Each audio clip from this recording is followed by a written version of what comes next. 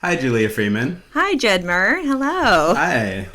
So I was nervous today. I'm still a little bit nervous. And I was just thinking before we got started why I'm nervous. And I think it's a nervousness about trying to speak to your body of work and like in my really messy, intimate, ongoing connection to it. And so I'm not going to try to do justice to that, but I'm going to use this as an opportunity to check in with you and hear you talk about your work. So I'm supposed to introduce myself and introduce you. So for folks who don't know me, I'm Jed Murr. I teach and do some art things, and I collaborate with people. I teach at University of Washington Bothell, and I'm privileged and honored to be here to talk to Julia Freeman. Hello, everyone. So, Julia, I've known you for 20 years. Yeah. Almost. It'll be in like 5 or 6 more pandemic months, it will be 20 years. And, during that time, you've produced this incredible multidisciplinary, multi-form body of work. And you've also been a person in the world who loved and lost, and you've done so much. You're a teacher, you are an organizer and curator, and someone who has started galleries, and you also just have this practice that is kind of ongoing for you. And I think I'm right in saying that you are willfully bad at self-promotion. You've never really taken that on as your responsibility as an artist. So sometimes the rest of us really want to promote you more than you want to promote yourself. Yeah. So I'm going to use this occasion for that as well. Full baby shame. I love it. And so I wrote something just before we started tonight that was just one way of thinking about your work for me. And I was thinking about how your work meditates on and interrogates connection, our claims to it, and the claims it makes on us. You move us from the most intimate ways that we imagine, speak, and practice our connections to each other, to ourselves, to the cold and stark violence of institutions that regulate and elaborate our very perception of the world, our sense of ourselves as selves, subjects who can care and caress, who can listen and scream, we imagine can know and own and grasp and violate all of what is outside of us. And part of what I see at work all the time in your work is a kind of return to this kind of interrogation and this kind of meditation. And it takes so many different forms, I think. And so that's part of what I want to think about with you tonight. But I'm going to invite you to start because this is a sort of different moment, right? Like, as Levi said, this is new for Jack Straw. It's new for all of us in different ways. And I know that the work that became IRISIRIS in this residency was something that was planned before pandemic times, right? Yeah. And then it was shaped in some way by this moment. So maybe you can just start there. Yeah. Well, first I want to thank you for that beautiful piece. And also, Jed has, for the last 20 years, he's been watching my process, but I've also been watching his, and we've been bouncing off of each other for those 20 years. And I think that for me, my nervousness in this situation is, because we've been sort of isolated, there hasn't been the bouncing off of one another. So to hear that is really powerful and nerve-wracking. And also to know that there is someone that is caring and thinking about your work is just, it's pretty amazing. And then also to think about that there's an internet watching us right now that we don't know who's out there is also the other part that's a little weird. It's also kind of great, though, because we can pretend there's no one out there right totally. Now.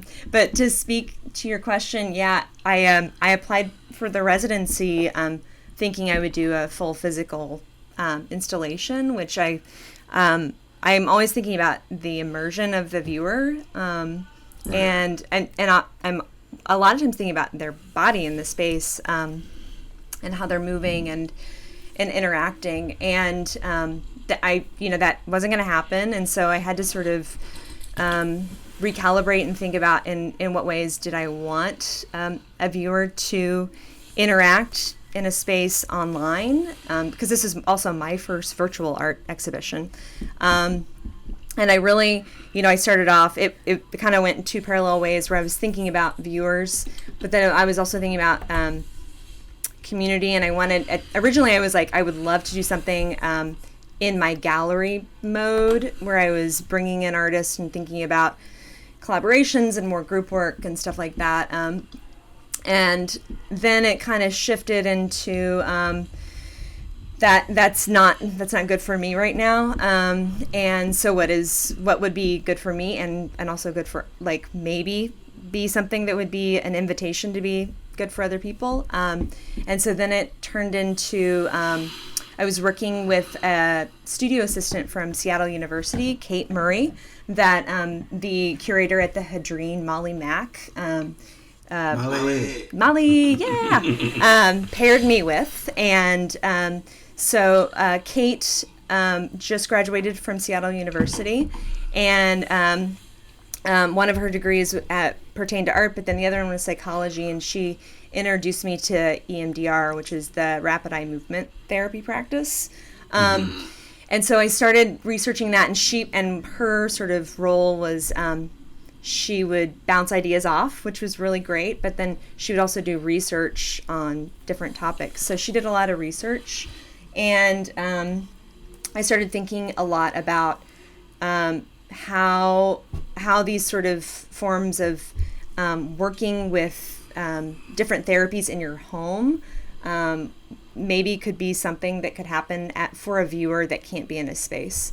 And so I actually was like, well, maybe I'll practice this using my personal trauma moment and see what happens to make the piece. And then, but that became the piece. So.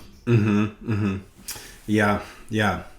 I love, you use the word immersion. I want to talk more about that in your work, and also thinking of collaboration, right? So there's certain constraints placed on your ability to collaborate in the way that you might like to, right? And, part of this, when we were talking about this conversation, you said you wanted me to talk about my work in relationship to your work. And I think one of the things I was reflecting on is the way that, you and I were, like you said, we're bouncing things off of each other all the time, and there's always like the moment for you when, as a visual artist, you have to translate what you do into other forms, like just to like get any little scrap of money or space.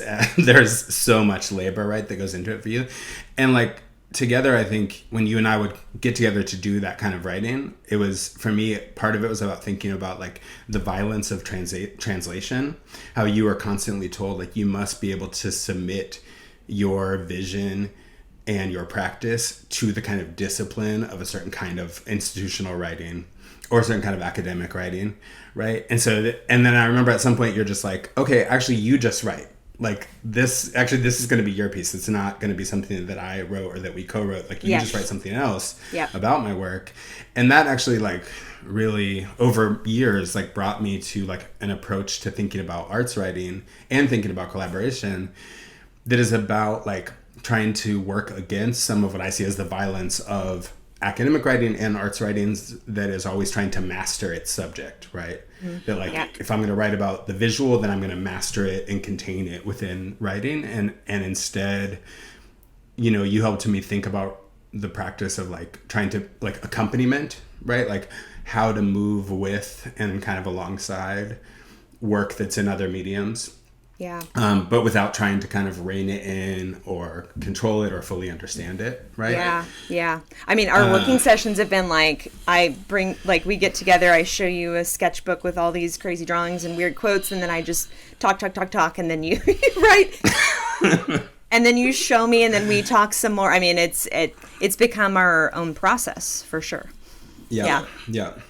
And that strikes me about your process too, because I was like looking back at so many different installations and pieces that you've done, and just thinking how like deeply collaborative you are. That you always sort of bring other people in, even though like I also have this vision of you as this like isolated figure in the studio who can just do the work, right? Like you've kind of always been able to do the work without a lot of external help or motivation. But then when I look back at the work you've actually produced, like so much of it is intensely collaborative, right? Yeah.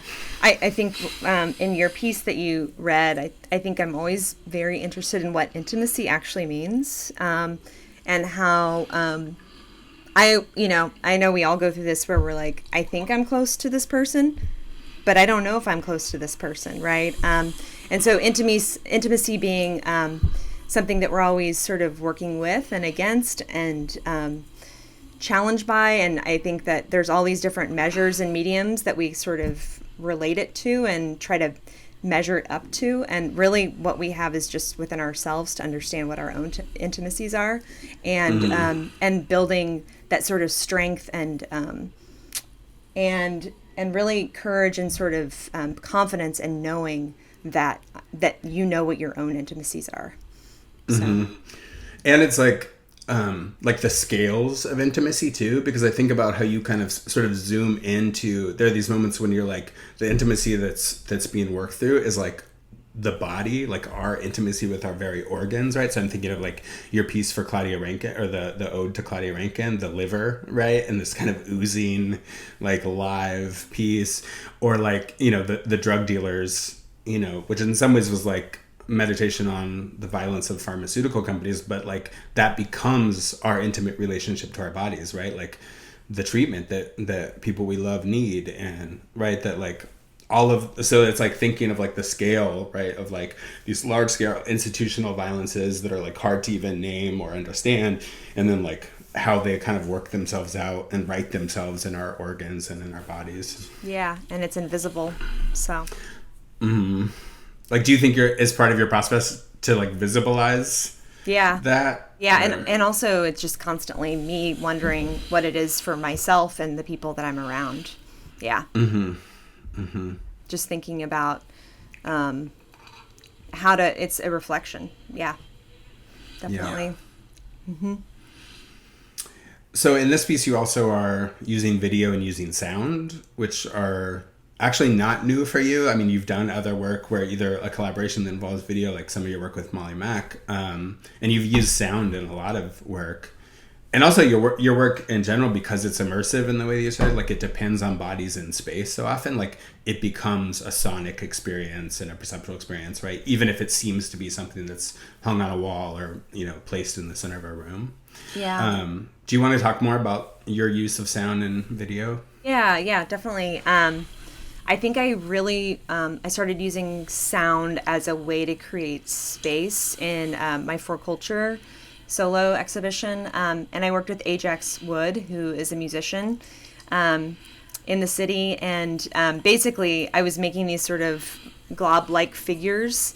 And I heard his music, and I was like, actually, that is the sound that my globular figures are making. And that's how we started working together. And so he created a soundscape for the installation that I made for that space. And that was really exciting. It was almost like the pieces had their own voices. And so I would say another, my most recent solo exhibition, which was, I guess it was 2 years ago, I was using sound as a medium. So I was recording people's voices and then carving their sound waves in three-dimensional form on a lathe.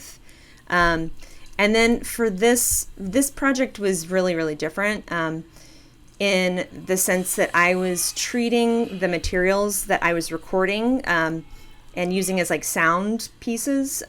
So, for example, there's chimes, there's a heartbeat, there's a lot of there's sampling pieces, but then there's also field recordings, and different ways I was collecting sound bits, and really using them like I do for my physical work, which is they're almost like words in a sentence. Like the material on the label informs what the piece actually is by what it's made of, and so I kind of transferred that into the material I was using to create the sounds, and it was a really natural sort of working method for me. I just started doing it, and then it just kind of developed, which was really exciting. So Jack Straw lent me all the equipment, and then I was using some different sound platforms to really mix. And along with the EMDR, which, if you've read the description, it's a lot about like crossing the center of your brain. And so the sound, through Jack Straw folks that help me, there's a lot of panning that's going back and forth, and there's also a lot of 3D sound that's moving from like the front to the back. There's a lot of changes in sort of the space that the room should feel like that the sound creates. Everything from like a small hallway to a church. So it all sort of, it changes with every single video, and it changes also within the videos. And how do you think about the video and sound relationship? Like, did you do all the field recordings and kind of collect all your sounds, and then later they sort of get mashed up, or how does that process work? I did all the videos first, and I used the eight phases in EMDR as it was like a really natural way to work, where it was like a template where I was like, oh, this is the event, So I went out and I dug up the iris bulb, right? Or a couple of them. And the iris bulbs, they came from Kansas City. So my dad had planted them in, I think, a home we lived in when I was 5, and then we moved, and he transferred them. So when I was back in Kansas City, my mom and I drove to the different houses, and I was like, keep the car running, and I would go and dig them out. And so I carried them on the plane back to Seattle, and then I planted them in the yard. And so those are the iris bulbs that are used in the videos. And then it's the last iris, the double iris, is the only white one I've gotten so far. It's a white iris, and that's from his garden in Kansas City. So it went video, and then it went sound, and so then the sound really was informed by the visuals. I didn't change the visuals at all. Okay. Yeah. So I feel like we can't talk about this work without talking about death, right? Yeah. And the loss of your father, which is loss of Mike, which is like part of how you my describe dad. it. Yeah. And I guess part of what we talked about, but in preparation for this, is thinking about, this moment as one that is a time of dying, right? And the dying that's happening in the pandemic in some ways is kind of invisibilized, or it's like abstracted into numbers in certain ways. Folks who are dying don't have access to their loved ones, right? And of course, we know that there's like that because of the way the United States works, the way that racial capitalism works, like who is going to die is already sort of dictated, right? It's kind of baked into how this pandemic works, yep. Right? That poor Black and brown folks are going to be the first and last to die, right? That Yep. And so, we talked about that. We talked also about the spectacle of Black death that is circulated constantly, and the uprisings against the machine that's producing Black death and all of that. And then here in this piece, you're thinking about, in some ways, like the most immediate and intimate form of loss and death that's imaginable, right? This other kind of premature death. And it's very explicit in the work. I think like in some of your other work, you've played with kind of pulling back the curtains or like pulling over the curtains so that it becomes like one of the subjects of your work becomes like what's revealed and what's concealed to the audience, right? Yeah. And in this work there's a lot revealed, right? Even in your catalog description of the show. So I don't know if there's anything you want to share or reflect on about that. Yeah. I think that through making this and have like really revisiting my dad's death, and thinking about invisibility and the public death, and the quick death, the slow death, all the different types of dyings that we interact with and participate in, and then all the ceremonies and rituals and beautiful processes that are around death. When it comes down to it, when you lay down by yourself and you're alone or your eyes are closed, death is so personal, and that quiet moment where it's just you and you realizing that a vanishing act happened to a person that you love, they're no longer here, is just really unfathomable, still, and I think will always be. And it's something that never will be held or obtained by anything, I think.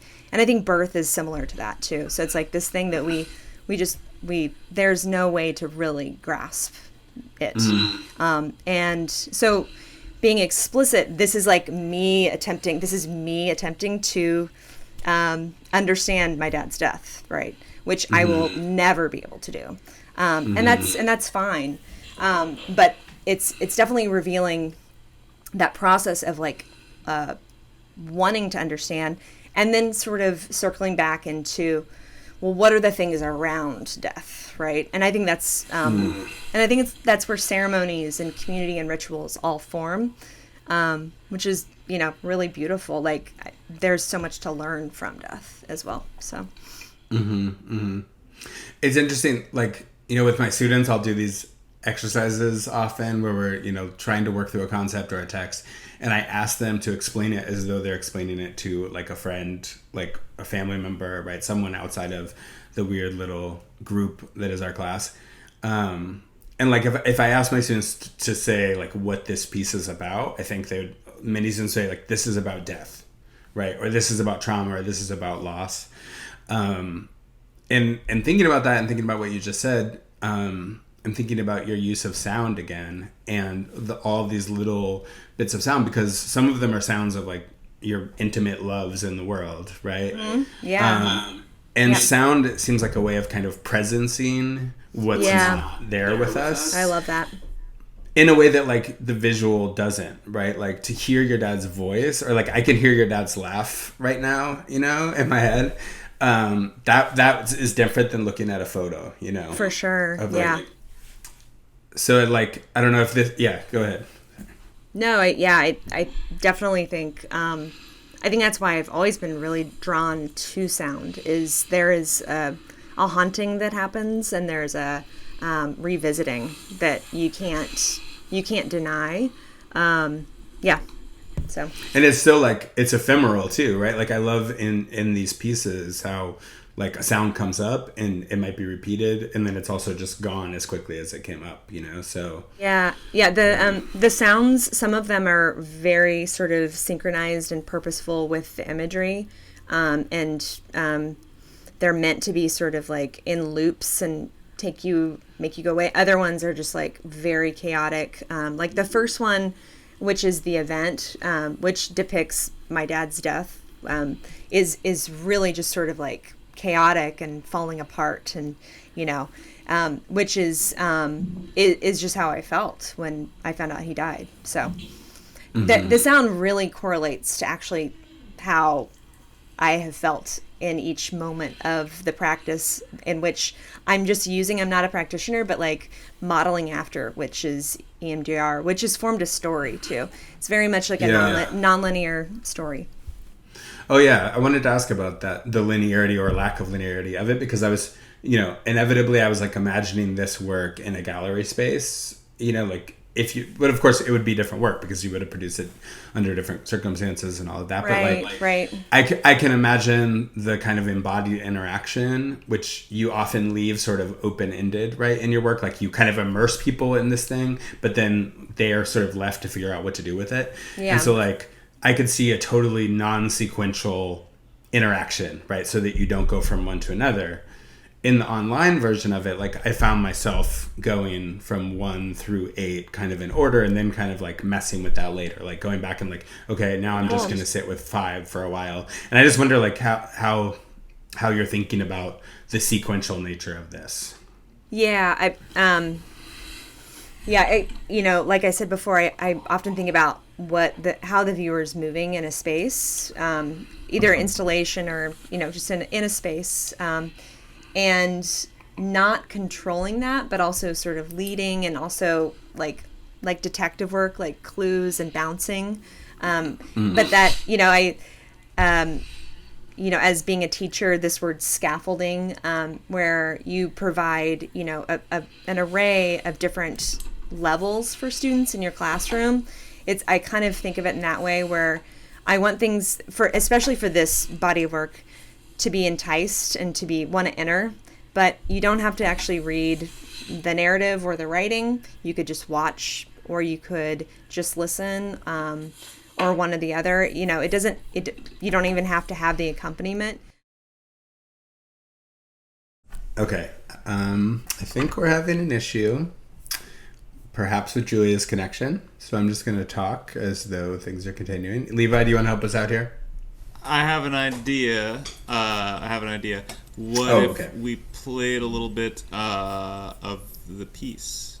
Yeah, let's do that. I'll screen share, or you can if you'd like to. No, that'd be great. It'd be easier for you. Okay. Yeah, I'm going to pull it up right now. Yeah, maybe just some of the first piece.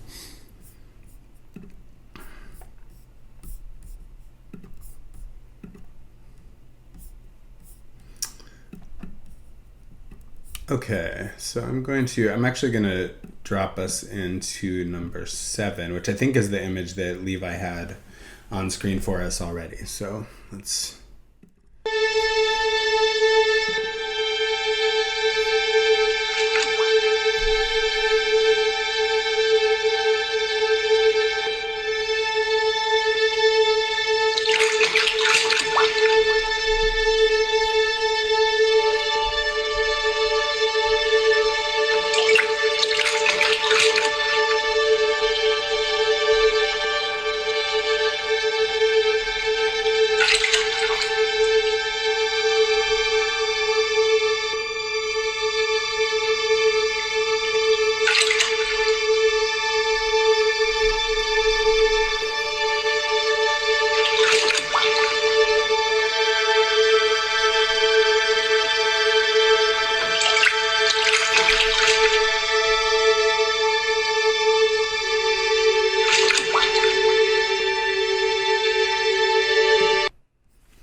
Okay, so in the spirit of not going in the proper sequence, so that's phase 7, closure. I'm going to jump back to the first. For folks who haven't seen this might be a little bit jarring, but I'm going to jump back to the event. So this is the one that Julia just talked about, which in some ways recounts the sudden death of her father.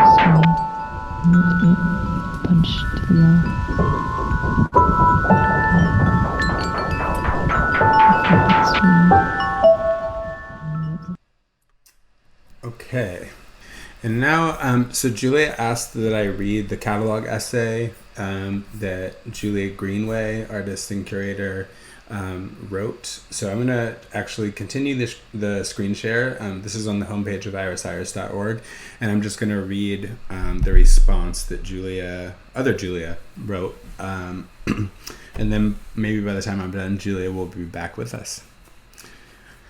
Iris Iris, a critical response by Julia Greenway.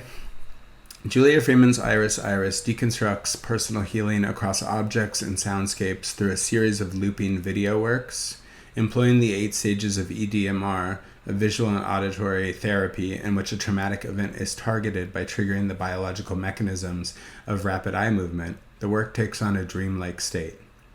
By moving a hand across the client's field of vision, from left eye to right eye to left, EDMR therapy brings forward internal associations to begin a restructuring of memory, allowing the individual's wounds to not only heal but transform. Across the multiple video works, objects are visually mirrored to enact an ocular symmetry.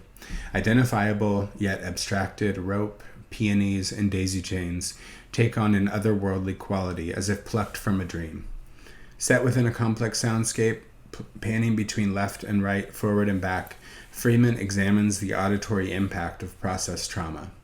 From Suogan notes sung in Empire of the Sun to her son Eris's first recorded heartbeat, the artist weaves and layers her acoustic histories as a methodology in healing through one's enacted memories. Author Marianne Hirsch established the term post-memory to describe the impact of personal, collective, and cultural trauma carried by the generation after.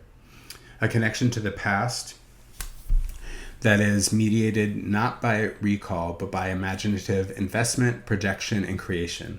And reflecting on the loss of her father, Freeman evokes familial histories to produce an audiovisual representation of what Hirsch defines as the transmission of memory through projection, object, and narrative. Phase 1, the event, recounts the familial death through a Rorschach of tangled iris bulbs from her father's garden as whispers, chimes, and heartbeats overlay one another in a dark yet ceremonious meditation, an acknowledgement of the artist's grief. Looping infinitely like a never-ending hallucination, Freeman embarks on a journey of healing through the remaining 7 video works. In Phase 4, desensitization, a rope is tightly wound and uncoiled in a gesture of processing, distributing emotions and sensations. In Phase 5, a positive cognition is presented through the entwining of hands and the formation of a familial unit. By Phase 7, closure, a blooming iris flutters to Eris, splashing in the bath. My dad loves irises, Freeman states. It took his death for me to process that I was capable of giving and receiving love, creating the emotional space for me to have my son. Eris is Freeman's restoration. From the recording of his ripped drawings in Phase 3 assessment to playing the piano and laughing in the conclusive Phase 8 reevaluation, his story as her rainbow child fills the void of loss. Iris entangles and layers the artist's father and her child, not replacing one with the other, but celebrating their connectivity through her collected memories and corporeality. The artist's navigation of a trauma enacted through an 8-stage therapeutic dreamlike state is an offering of familial archive, one that connects Eris to his grandfather, a generational inheritance of memory. Welcome back, Julia. You're muted. Thanks for taking it over, Jed. Hi. Yes. Hi. Welcome back. So, I showed 2 of the pieces, Phase 7 and That's why I Phase 1. pay you the big bucks, Jed. That's right. and then I just read Julia Greenway's piece about your work. So I don't know if you just want to pick up there and talk about that piece or pick up where you left off. Yeah, what were we talking about before Good the internet question. dumped me? Yeah. Like, just properly dumped me. Yeah. I don't remember. Yeah. I could talk about Julia's piece.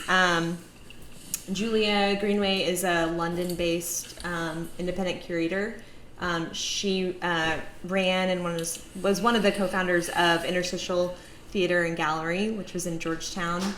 And she, hi there. Yeah, so she is getting her master's in curation at Goldsmith right now. And she's also really seen a lot of my work, and I processed a lot of my work through just hanging out and talking with her as well. And she's a big proponent of, like Jed, having witness to artwork and having a written accompaniment to work as a way to reflect and to bounce and to think about, like reading that piece for me, really, it actually changed for me a lot about how I thought about the piece. I was thinking originally that it was an exchange of life, one for the other, and her piece really, for me, put it in a cyclical pattern, which was really, really good for me to think about. So that's, I would say that it taught me a lot. It was a way to think of the work outside of what I was doing. Mm-hmm. Like part of that process of sort of sounding out and then kind of resounding or resounding, right? Like what comes back. And I like that you said that about the cyclical piece, because like my experience, so like I didn't actually read Julia's essay until today, right? But my experience of the work, like reevaluation as phase 8, right? In this kind of inherited template that you took on, like that doesn't speak to me of like an ending. Yeah. Right? Like you're like still in the loop, like, or the mini loops, like whatever they are when it's over, right? And so like, and you know, the life of Eris's laughter like doesn't replace all the other sounds in the piece, right? And that's part of what I love about it is like this isn't an ending of some kind, right? Or at least that's not my experience in the audience. The reevaluation is, you know, all the videos are made with two pieces because I was thinking about the brain and the 2 hemispheres, and that last one is actually a 4-piece. So it's a daisy chain that Stephen and I made together that we put on Eris's head in a field, and then it dried. And so I had it in my studio. And so this is sort of like the process in which I make stuff, is I gather stuff around me because I keep a bunch of stuff around me that has meaning. And so that daisy chain became a 4-piece instead of a 2-piece. And that's just something that I kind of did, you know, and Jed and I have talked about this a lot, but sort of the material mysticism that I use. And so that like 4-part really spoke to what Julia wrote about, which is the cyclical manner of it and the duplication. So, yeah. I was just laughing inside to myself thinking about the things that you collect. Oh, God. My wood piles? I was thinking of your wood piles, exactly. Like you said, you know, I collect all these things that have value, like, or use or whatever. I'm like, well, all of them? But it's because you also kind of see these relationships and possibilities in things, right, that I think that your work meditates on in really profound ways. It's just sometimes funny to the people around you. And it provides homes for rats too. Yeah. Yeah. No, it's materials and objects are really important to me. It's also as I've worked and realized that they're really a big part of my practice. It then has become, you know, how to edit them and how to save, how to discard, how to organize the materials, and then be able to use them to create a language. So. Yeah, I love that. And thinking about the array of materials that you use in these languages too. Yeah. You know, like looking at the videos again, I was like struck. You have that other work, which is a series of looping videos, right, of women's hands, right, of all these different incredible women, and you kind of tell a little of their story, and then each one has a different task that unfolds for them, right? And so then like I see that come back in this work, right? Yeah. And I don't know if you remember the Nipo 5K walk. Do you remember the first one that I did? I built that barrier, and then I sat behind it. My dad had just died, and I built this like a structure. I mean, I had no words for what I built, and I did not know what I was doing, but this is what happened. And I sat inside of it, and people would sit down. My hands could pop out underneath, and people would sit down and hold my hands, and they could see in these 2 holes, and they would we would stare into each other's eyes for however long they could handle or I could handle, and it was we spoke to each other. Some people were like, oh, this is creepy, stop, and other people like held on for quite a long time. And then I handed them a lanyard to wear because it was a 5K walk. And in each lanyard was a photograph that I had also mirrored in a very similar way. And it was my dad's, he did a road trip from Kansas City to Seattle, and it was all of his photographs. And I handed all the photographs out, and it was synchronized to his journey, his drive.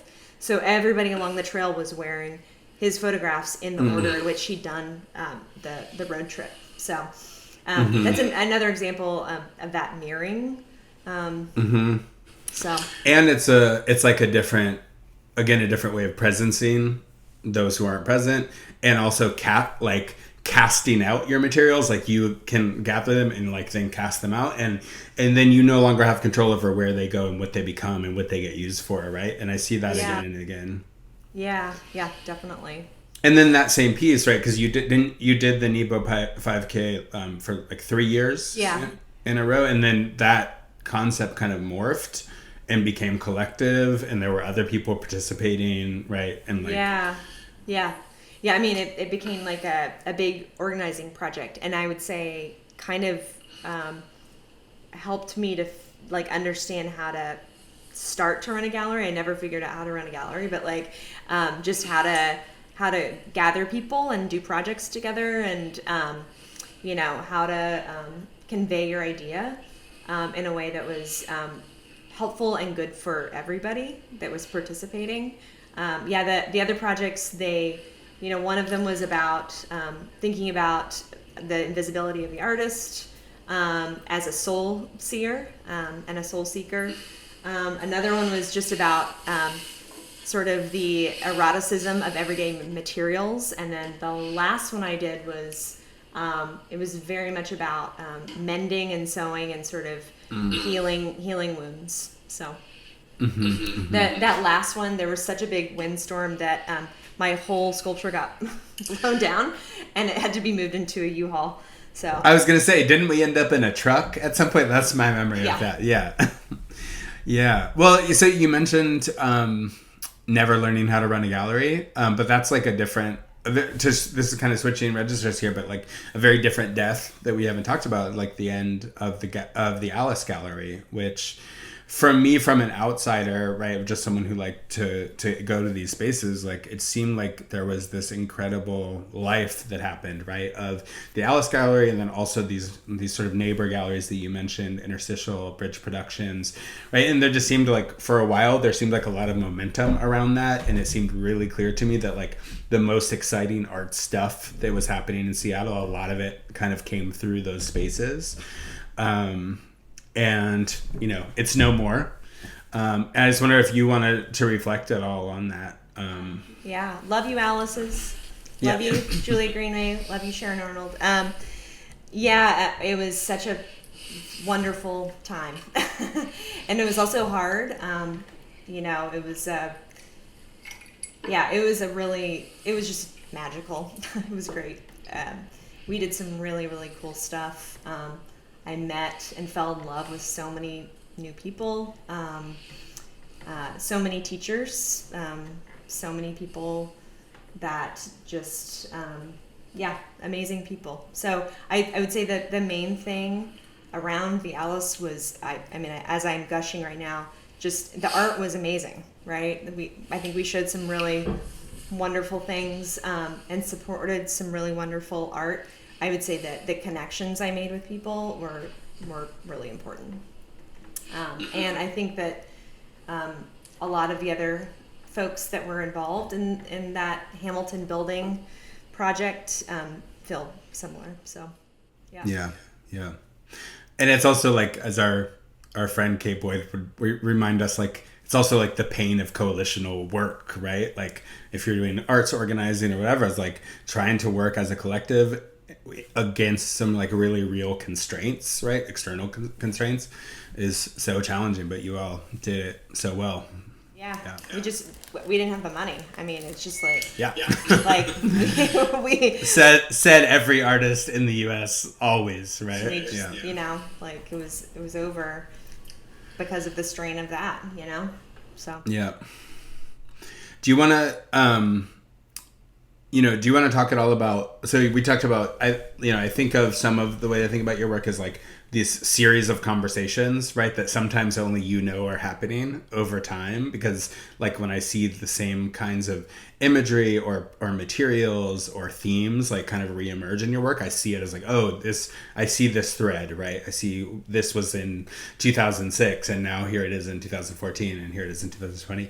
But I wonder if you want to talk about like other folks you see yourself in conversation with, or just like whose work you're like thinking about right now.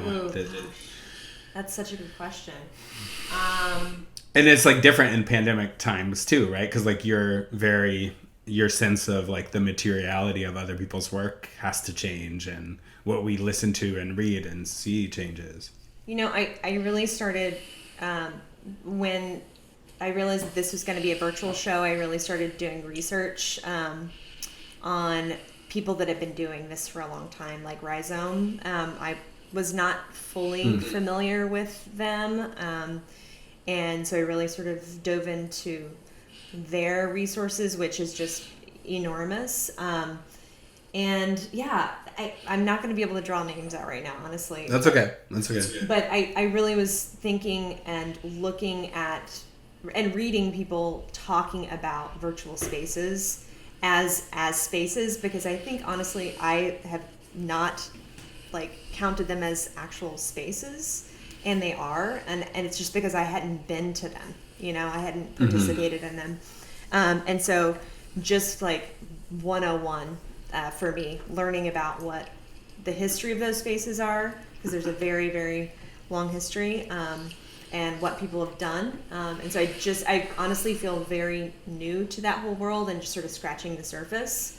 But some really exciting work. So I would say more like the world of digital art and virtual spaces is kind of where I've been like thinking and focusing on. Yeah, I think there's sort of kinds of work that sort of hits differently right now than it might have in other moments, right? And definitely video work. Like I know you and I have talked about Arthur Jaffa, and now like getting to actually see some of that work like shared just, you know, online rather than in a gallery space has been amazing. And like, you know, with my students, like I've been, and other people have done this too, like taking Arundhati Roy's essay, "The Pandemic as Portal," right? And thinking about what do we want to take with us to the other side? Because like the normal times that we're leaving are times of violence and death and all kinds of shit that we don't want to take, right? And so like, yeah, one of the things that I think I want to take is like this focus on a certain kind of video work and digital work that is so compelling. So yeah. What's been your favorite response to that so far? That question. Oh, that's a great question. I mean, you know, part of the way I did it is Farah Jasmine Griffin, who's an amazing African-American studies and literary studies scholar. She took that question, had students do that, but then she also, like, part of the question was, like, what text from our course would you take with you? Okay. And why? So, like getting meditations on, like, why, you know, Sula is the text that I want to carry with me through a pandemic, right? Which is, like, so deep and so interesting, like, you know, like, thinking about, like, okay, well, what does Sula have to say about 1895 and what like black people were experiencing in 1895 and how they made life and made love and like in the midst of mass death, right? And so then like hearing like, you know, a student who's here studying from China right now, like tap into that and then want to carry that with them through the pandemic is just an amazing experience. And so now I'm doing like, rather than just like these singular questions, I'm like, let's do a mixtape. Like you make a mix of either text or songs or videos, right? That you are like, you know, that is both a meditation on this moment and thinking about like what you want to take with you out of it. So I'm going to steal that. Yeah. That's a great idea. Please do. Yeah. I'm sure I stole it. Right. Yeah. That's a great prompt. Mm-hmm. Yeah. Well, are there other aspects of this work that you feel really that you want to dig into or dive into? I know our time is short. I think I feel good. How do you feel? I feel great. I feel particularly great that we're not doing Q&A. Yeah. We've so many times over the years, I think we have shared a collective pain about some of what's... You don't want me to just open it up to the Facebook comments? Yeah. Maybe if you did a performative reading of the Facebook comments, I would be down with that, but otherwise. Yeah. No, it's just, you know, it's a check-in, it's a chat with us, so. Yeah. Thanks everybody for being here. Appreciate it. Thank you, Julia. Thank you, Jed. I love you. I love you too.